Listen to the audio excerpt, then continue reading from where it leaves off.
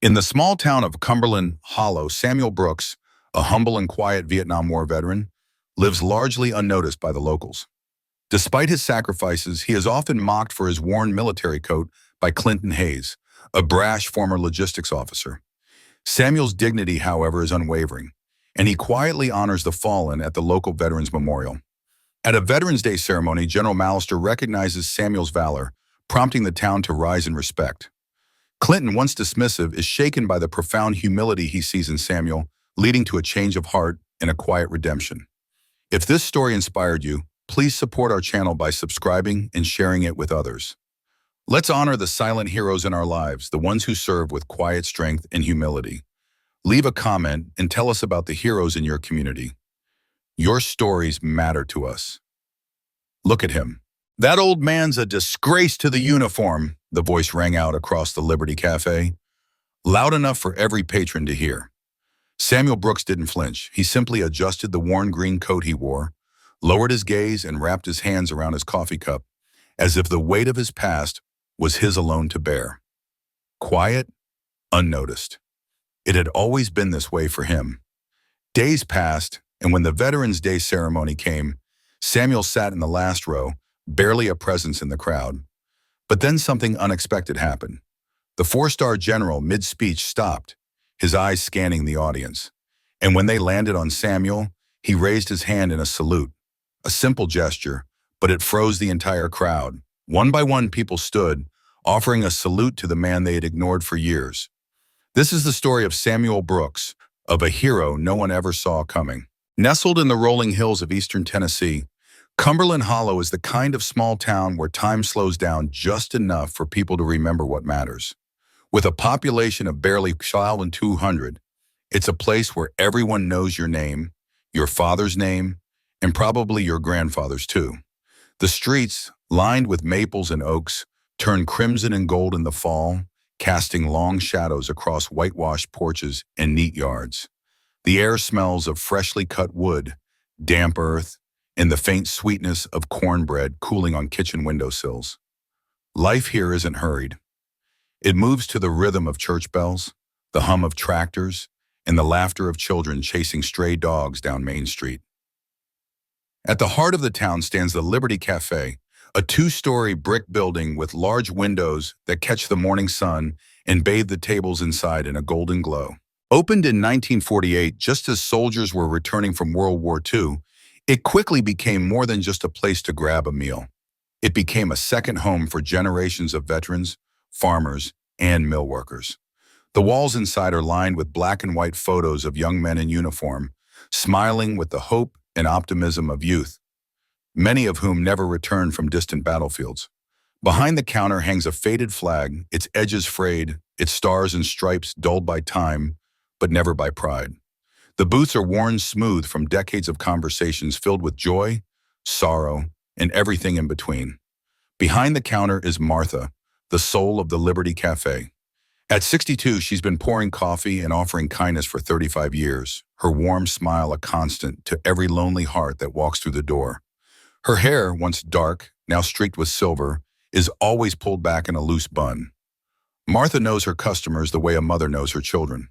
She remembers who likes their eggs over easy, who can't have salt, and who always orders 2 pieces of toast but only eats 1. But most of all, she knows Samuel Brooks. She's watched him walk in at precisely 7:15 every morning for as long as she can remember. His arrival is as regular as the sunrise. He steps through the door with quiet purpose, the bell above the entrance jingling softly. His frame is lean now, age having worn away the muscles that once filled out his uniform. The olive green army coat he wears hangs loosely on his shoulders, its fabric faded from years of wear. The left sleeve bears a patch, its stitching frayed, its colors muted. But Samuel wears it like a medal, with a quiet pride. He always takes the same booth by the window, where the morning light spills across the table like a blessing. With slow, deliberate hands, he removes his coat, folds it neatly, and places it beside him. From his pocket, he pulls out an old gold pocket watch, a family heirloom passed down through generations. He sets it on the table, opens it, and glances at the time, almost as if to remind himself that today, like every day, is a gift. Next, He takes out the local newspaper, its edges soft and yellowed from years of use. He unfolds it carefully, smoothing it out on the table, though he rarely seems to read past the headlines. A white ceramic mug of black coffee appears before him, placed there without a word by Martha. She knows he doesn't take sugar. She knows he doesn't take cream. And Samuel, in return, offers her a small nod, a silent thank you shared between old friends. He sits, cradling the warm mug between his weathered hands, gazing out the window at a town that has both changed and remained the same. For a little while, at least, the weight of his past rests quietly by his side. Samuel Brooks was born in 1932 in a small wooden cabin nestled deep in the mountains of eastern Tennessee. The air in those hills was clean and crisp, filled with the scent of pine and earth. Life was tough, but the folks in Cumberland Hollow knew nothing else and never asked for more. His father, Henry Brooks, was a World War I veteran who returned home from the trenches of France with a limp and a quiet strength that shaped Samuel's childhood. Henry taught his son that a man's word was his bond, and honor wasn't something you wore. It was something you lived by. Samuel learned early about the value of hard work, chopping firewood before sunrise and working the fields through the long days. Samuel spent his afternoons tending to the small garden his family maintained. From the time he could walk, he'd wander through the hills, climbing trees, fishing in the creeks, and listening to his father's tales on those cold winter nights. Ruth, his mother, would sit by the fire, humming hymns while she cooked cornbread and beans. She taught him to read from a Bible so worn that its pages were as soft as cloth. Samuel never had many toys, but in those hills he had imagination, love, and that was enough. When he turned 18 in 1950, Samuel made a decision that didn't surprise anyone. He enlisted in the United States Marine Corps. The world outside Cumberland Hollow had been calling to him for years, and when war broke out in Korea, he knew exactly where he belonged. He kissed his mother's cheek, shook his father's hand like a man, and left for Paris Island. The green hills of Tennessee were replaced by the hot sand and salt air of the coast. Korea, however, was a different world altogether. The cold there was biting, cutting like a razor, and frostbite was as deadly as bullets. Samuel fought bravely at the Chosin Reservoir, carrying his wounded comrades on his back, sharing his last rations, standing watch through the endless, silent nights, while the enemy lurked in the shadows. Despite his courage, Samuel wasn't one for speeches or grand gestures, but his men trusted him, and that trust was everything to him. He turned down medals time and again, quietly claiming they belonged to those who never made it home. After the war, Samuel stayed in the Marines, serving in special units during the early years of the Cold War. He worked on covert assignments that the public never read about, moving unnoticed through foreign cities, gathering intelligence, and helping keep danger at bay long before it reached American shores. Though his job took him to places most would never see, his heart always remained in Tennessee. 20 years later, Samuel returned home. He married Evelyn, a childhood friend who had waited for him, and they built a life together. Evelyn, a beloved school teacher, was known for her gentle spirit and love of children. They shared dreams of growing old together, tending their garden, enjoying each other's company, and perhaps one day welcoming grandchildren. But fate had other plans. Evelyn fell ill, and Samuel became her caretaker, attending every doctor's visit, staying awake through every long, sleepless night. When the day came to say goodbye, it was as though a part of Samuel had gone with her. In the years that followed, Samuel lived quietly. He found purpose in maintaining the local veterans' cemetery, rising before dawn to mow the grass, clean the headstones, and lay fresh flowers, all at his own expense. No one asked him to do it, and he didn't want thanks. To Samuel, it was about duty to the men who never made it home and to the values he still believed in. He wore the same faded green coat every day, not because he couldn't afford another, but because it reminded him of who he was and who he had served beside. While many in Cumberland Hollow overlooked the quiet man who stayed in the background, Samuel Brooks carried the heart of a hero, performing silent acts of devotion with no expectation of recognition. Clinton Hayes, on the other hand, made an entrance wherever he went. His presence was impossible to ignore, a man whose tall, broad-shouldered frame and impeccable sense of style demanded attention. His boots shone with a gleam, and his blazer was always crisply pressed, a military pin proudly displayed on the lapel. But those who paid close attention quickly realized that Clinton's uniform wasn't a testament to his service. It was a reflection of his own self-importance. He had spent 2 decades in the Army, but his assignments had little to do with the front lines. Clinton had worked in logistics, overseeing supplies, transportation schedules, and inventories. While his work was undoubtedly important, he spun his tales as though he had led men into the heat of battle. "When I was at Fort Bragg," he'd boast, his voice booming through the room, "we ran an operations that would have fallen apart without my planning." Or, "In '87, it was my decisions that kept an entire division fed through the harshest winter in memory." He'd pull out laminated certificates from his briefcase, brandishing them like medals of honor, showing them off to anyone who would look. And while no one dared challenge Clinton's exaggerated stories, the glances exchanged among the veterans in Liberty Cafe spoke volumes. Where Samuel was quiet and steady, Clinton was loud and restless. Samuel came in every morning at the same time, ordered the same simple meal, and sat with the same calm presence as the sun rose. Clinton, however, barged in, greeting everyone with a booming voice, ready to share his latest self-congratulatory tale. But despite his noise, Clinton never quite earned the respect that Samuel had, not through his brashness, but through the quiet strength of his actions. Samuel's humility, his dedication to duty without seeking praise, left a lasting impression that the loud boasts of Clinton Hayes could never match. The morning air in Cumberland Hollow was crisp with the promise of winter. Sunlight streamed through the windows of Liberty Cafe, casting warm patches of light across the worn wooden floor. Samuel Brooks sat at his usual corner table, the faded green military coat draped over the back of his chair. His hands, steady and sure, cradled a steaming mug of black coffee. The usual hum of the cafe filled the space, the clink of coffee cups, the shuffle of newspapers, and the low murmur of familiar conversations. Across the room, the door swung open with the dramatic jangle of the bell, announcing Clinton Hayes' entrance. His polished boots clicked on the floorboards, his pressed slacks and gleaming belt buckle catching the morning light. A leather briefcase swung from his hand, and before he even reached the counter, his voice filled the air. "Morning, Martha," Clinton called, his tone loud and bright. "The usual for your most decorated customer, if you please." Martha gave a polite smile as she poured his coffee, but her gaze flicked nervously toward Samuel. The tension that always followed Clinton's presence seemed thicker today, like an unspoken storm waiting to break. Clinton, with a dramatic sip of his coffee, scanned the room until his eyes locked onto Samuel. For a brief moment, it seemed as though Clinton might let the silence pass, but it didn't last long.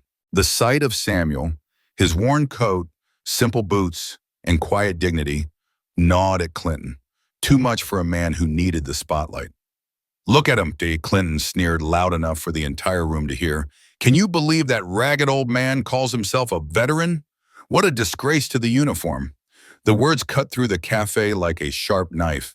Conversations stopped mid-sentence. Forks froze mid-air. The cafe fell silent, save for the rhythmic tick of the old wall clock and the hiss of the coffee machine. Martha's heart sank as she gripped the dishcloth tightly, her thoughts a swirl between wanting to defend Samuel and knowing he would never welcome a scene made on his behalf. She glanced at the regulars. Mr. Jennings, the mechanic, scowled deeply. Lillian, the retired nurse, put down her tea with trembling hands.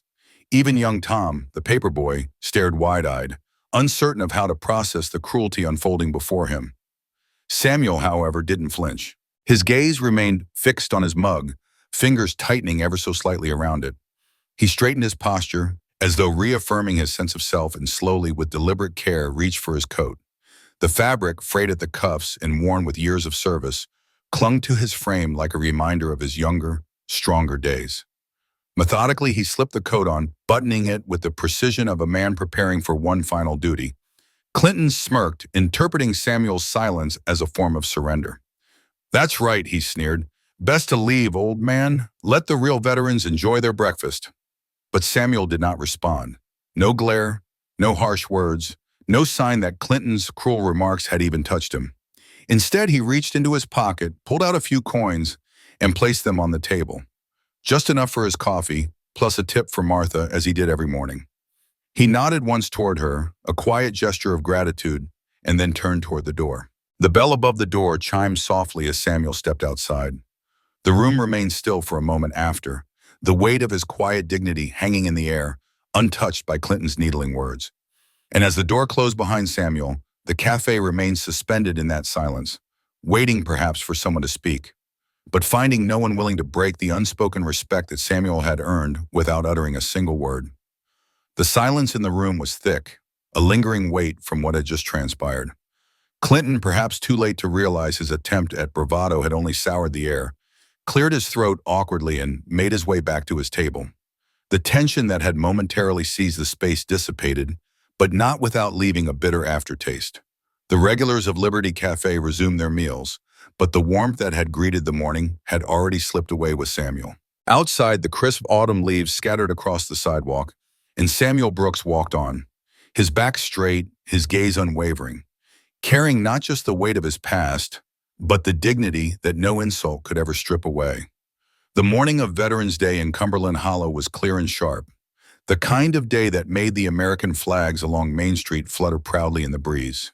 The whole town gathered at the Cumberland Veterans Memorial, a modest brick monument framed by centuries-old oak trees that stood like silent guardians over the small square. Bronze plaques, each etched with the names of local sons and daughters lost in war, gleamed softly in the sunlight. The air carried the faint scent of fallen leaves and wood smoke as families, schoolchildren, and aging veterans took their seats for the annual ceremony. At the front of the crowd stood General Thomas Mallister, the guest of honor that year. At 65, Mallister exuded a quiet authority. His silver hair peeked from beneath his cap, and his dress uniform, adorned with rows of ribbons and medals earned over a lifetime of service, spoke volumes without a word. From the mountains of Afghanistan to the jungles of Panama, Mallister had led his troops through some of the most harrowing conflicts of modern times, and though time had softened his eyes, they still missed nothing.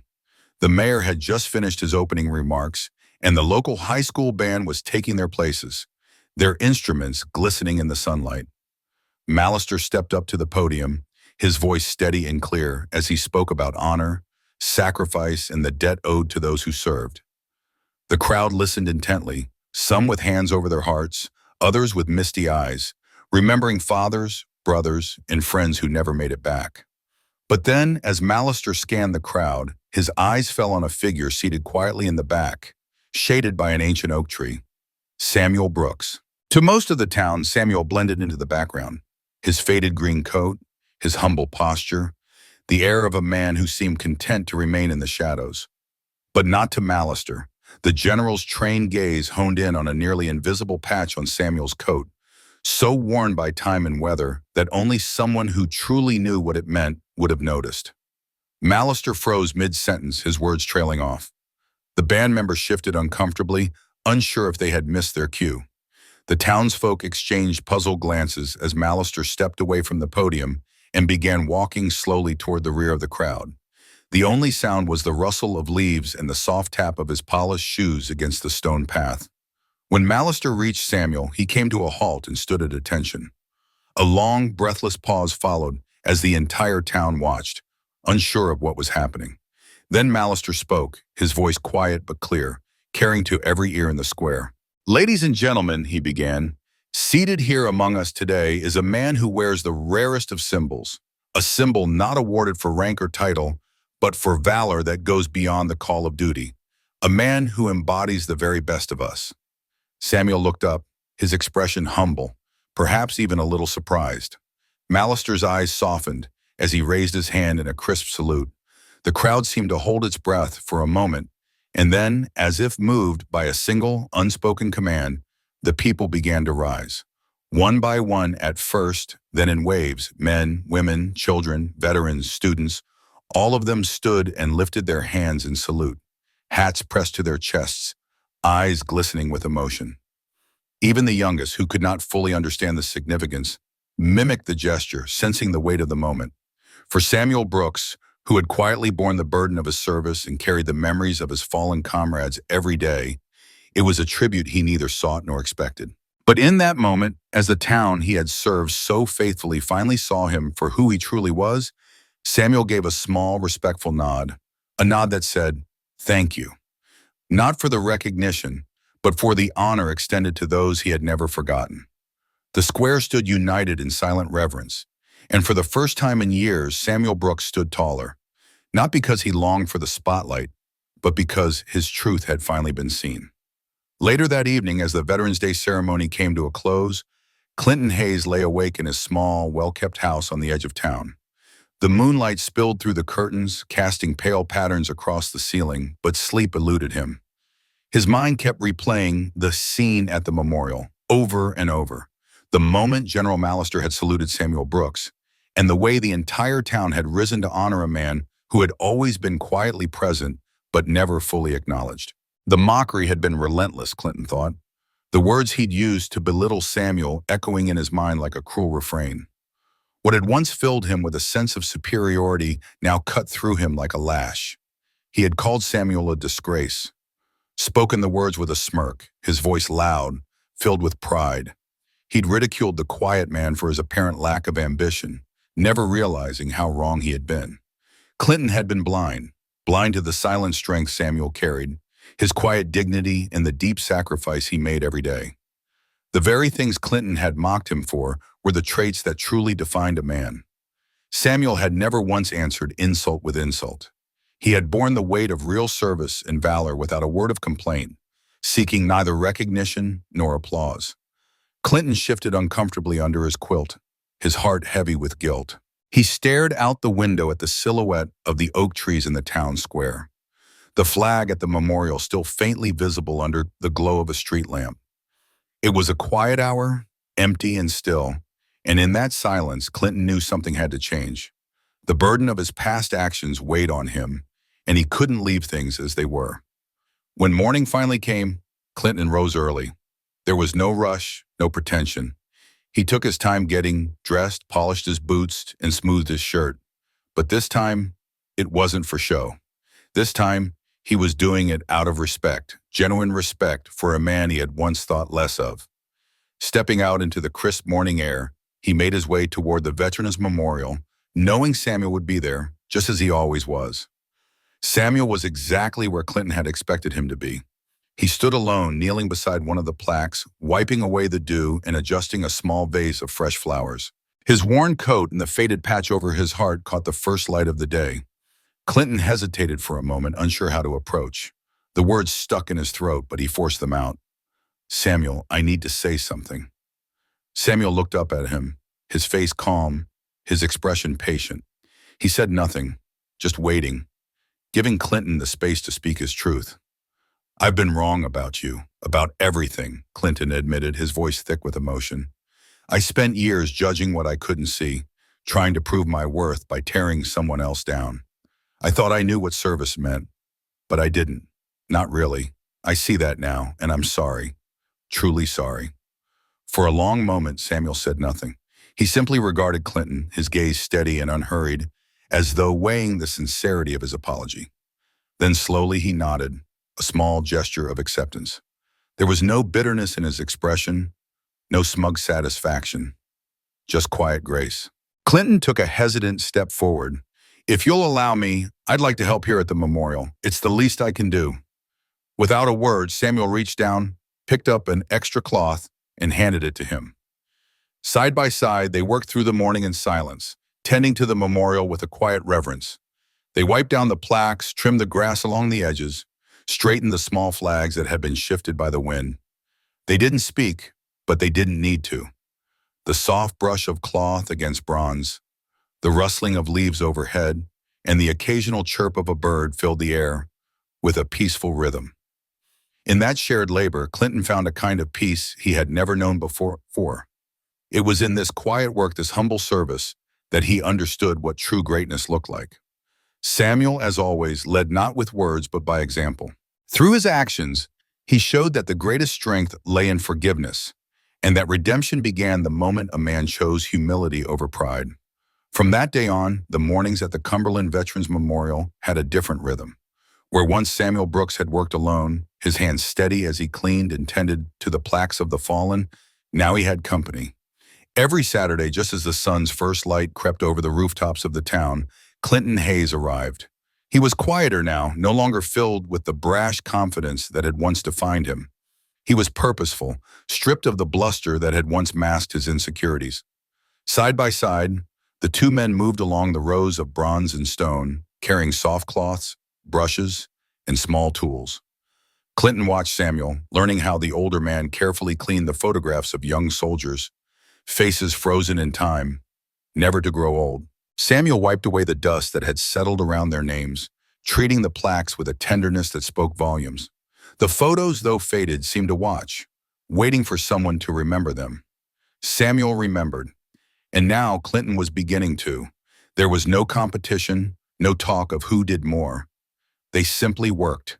The air was filled with the sound of brushes against stone, the rustle of leaves overhead, and the occasional chirp of a bird. In the silence of that work, a quiet friendship began to form. It wasn't based on shared stories or loud declarations. It was built on a shared purpose. As people passed by on their morning walks, some stopped to watch. They saw two men, one who had always served in silence and the other learning, perhaps for the first time, that service didn't require an audience. They saw Clinton, once the loudest in the room, now on his knees wiping the dirt from the base of a headstone. His polished boots were now scuffed with grass and mud. And they saw Samuel, still wearing his worn coat, nodding occasionally as if to say, "Yes, this is how it's done." And slowly Clinton began to understand what had eluded him for so long. He saw that true greatness didn't need to announce itself. It didn't require medals or certificates. It showed itself in small, quiet acts. A man who rises each morning to serve, not for praise, but because it's the right thing to do. Samuel had always known that. Now Clinton did too. Before dawn, there were two men quietly tending graves not even their own. One of them moved with the quiet precision of a man who had learned the value of humility. Clinton, once known for his loud voice, his boastful manner, and his incessant need to make a scene, now worked without fanfare, without any recognition. His hands, once quick to point out flaws, now gently polished the stone plaques, scrubbed away the stubborn moss clinging to their bases, and carefully planted fresh flowers where wild weeds had overtaken. In the rhythm of these simple tasks, Clinton discovered a peace he hadn't known in years. The townspeople, familiar with Clinton's past and his arrogant ways, were taken aback by this change. They no longer heard his loud voice in the cafe or saw him flashing photos and documents as though his opinions were law. Instead, they saw him in the early hours, sleeves rolled up, hands dirtied by honest work, standing side by side with the man he had once scorned, Samuel. Samuel, who had always been a man of quiet actions, who had never asked for recognition, had no need for it. He worked beside Clinton without a word, just as he always had.